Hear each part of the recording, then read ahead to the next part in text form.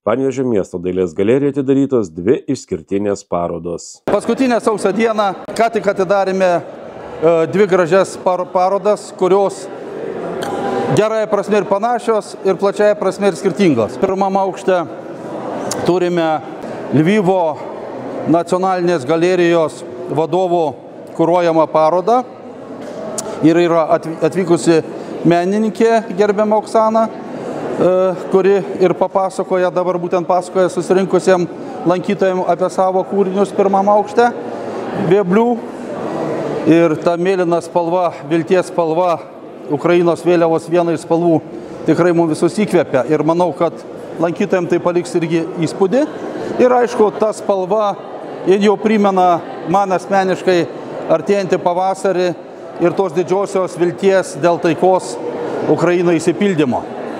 Antram aukšte labai džiugu, tikrai buvo miela žiūrėti, kaip drauge atvyko 4 tapytojai, menininkai iš Kauno miesto ir jie kartu su galerijos darbuotojais tikrai labai gražiai išeksponavo savo kūrinius. Talentinga Ukrainos menininkė Oksana Brenzovič, atstovaujantį Užkarpatės meno mokyklą, pristatė parodą The Blue. Ukrainos menininkės Oksanos Brenzovič paroda, kuri atvažiavo sudėtingai iš tikrųjų iš karo krečiamos Ukrainos.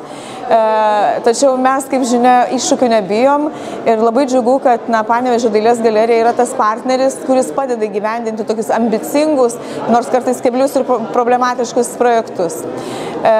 Pati Ukrainos menininkė Oksana šitą savo projektą, paveikslų ciklą pavadino The Blue. Tai yra mėlyna vilties, minčių gelmės, kūrybinio potencialo spalva, taip jie asocijuoja šią spalvą.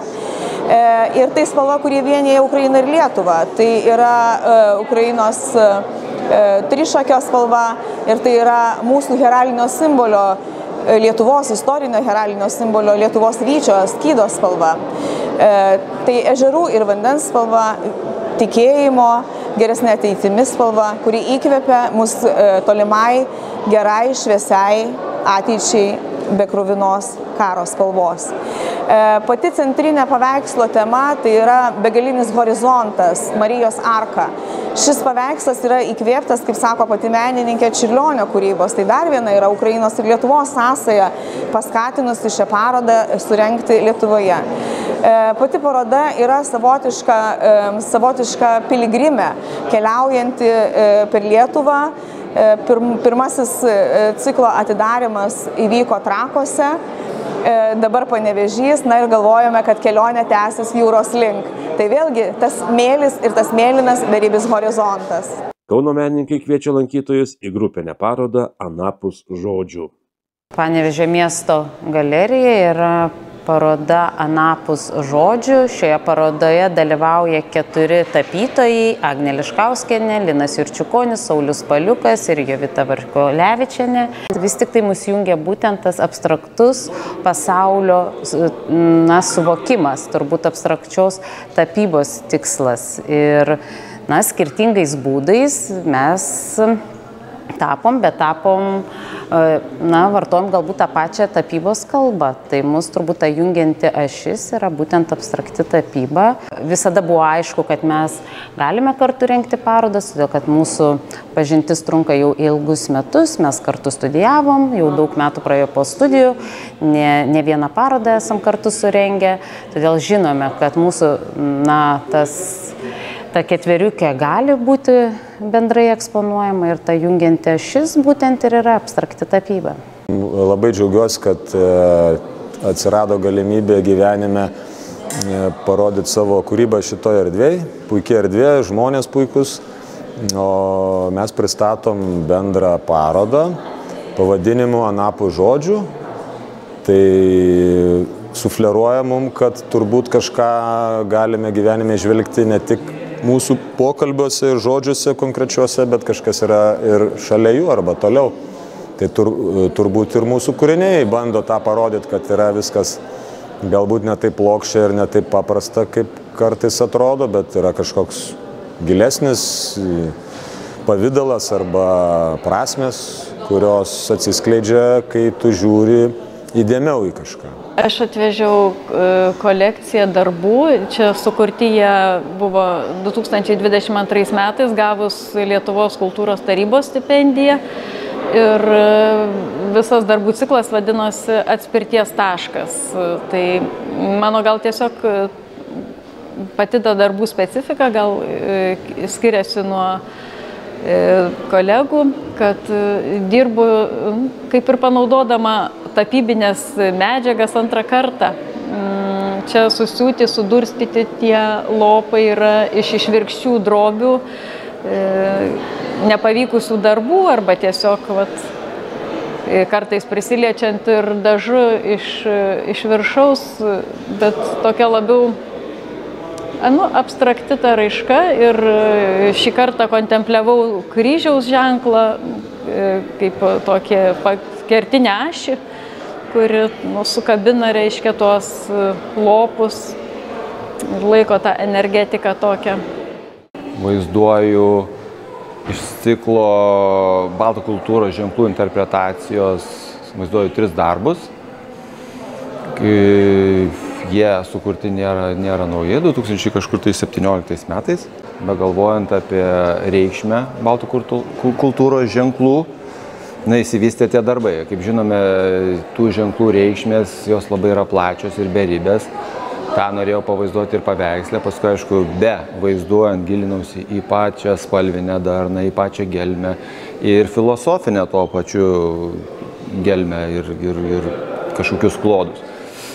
Kai kur kituose darbuose netgi matydavausi, taip fantazuodavau, filosofuodavau ir matau, lyg tai viskas plečiasi, bandydavau netgi įstatyti tam tikrus rėmus, kad neįsitaškyčiau ir taip toliau. Tai netgi kituose paveiksluose pamatysite, yra netgi specialiai uždėtas tas toks ryškus, kad lyg tai kažkur tai mano ta visa ta begalybė, tas visas minčių srautas kažkur tai sustotų ir vėlgi iš tų rėmų vėl įsimuša kažkur tolyn, teka ta prasme visa ta, kaip aš savy įsivaizdavau, ta visa kosminė energija ir tas visas, ta visa begalybė.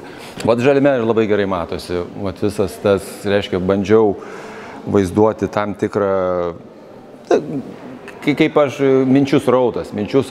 Šitą darbą pavadinimas yra ūkas, bet ūko pavadinimą aš susiejau ne su ta kosminė prasme, o su ta migla, rūku, kuris daugiau galbūt lietuvių tose tradicijose. Bent jau norėjau spalviškai išgauti pakankamai jautrų pilką ir tą būseną, tą rytinę tokią apmirimo, tokios lyg tai tas momentas, kada būna tokia tyla prieš bundant gamtai.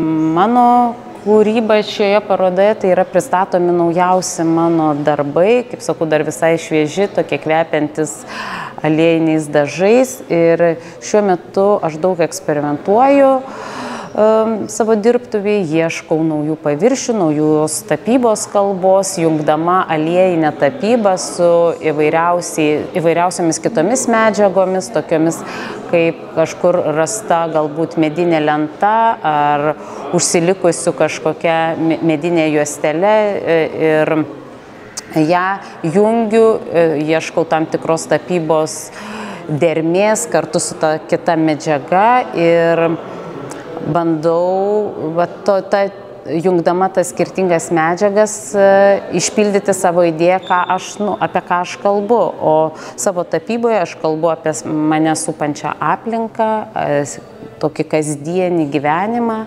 tai apie tos kasdienybės motyvus.